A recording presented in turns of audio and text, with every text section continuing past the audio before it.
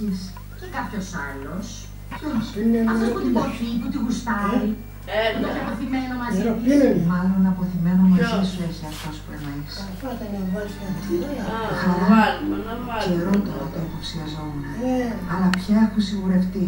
Το περίανδρο του πονάει το δοντάκι του για σένα. Αλλά και οι δικές σου αντιδράσεις το ίδιο δείχνουν. Τι λες τώρα, Νατασία?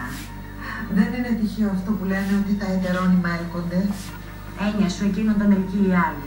Μπα, δεν τον ελκύει.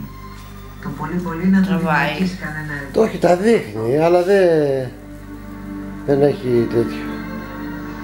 Και η κουλίτσα που είναι τώρα? Τη χρησιμοποιεί? Εγώ Η μάνα σου λιστάζει τώρα. Έχεις τη ώρα ξυπνιούς. ξέρω που έτσι. Όχι, Να της δείξω στη μαμά.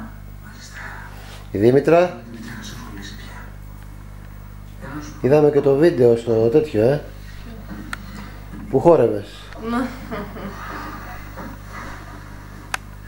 Ο Πάπος χορεύει? Bye bye. Μάλλον. Bye bye, good morning. Ραμπολόν τον. Για κοίτα με εδώ. Τον. Hello. Βάλλον. Bye bye. Bye. Hello. Bye πίσω. Hello. Βιογγέλ 3. Bye bye. Ραμπολόν. Για πες και ένα τραγούδι. Τρέξουνε. Ναι, Πάνε. Να έρθουν να τρέξουνε. μάλιστα.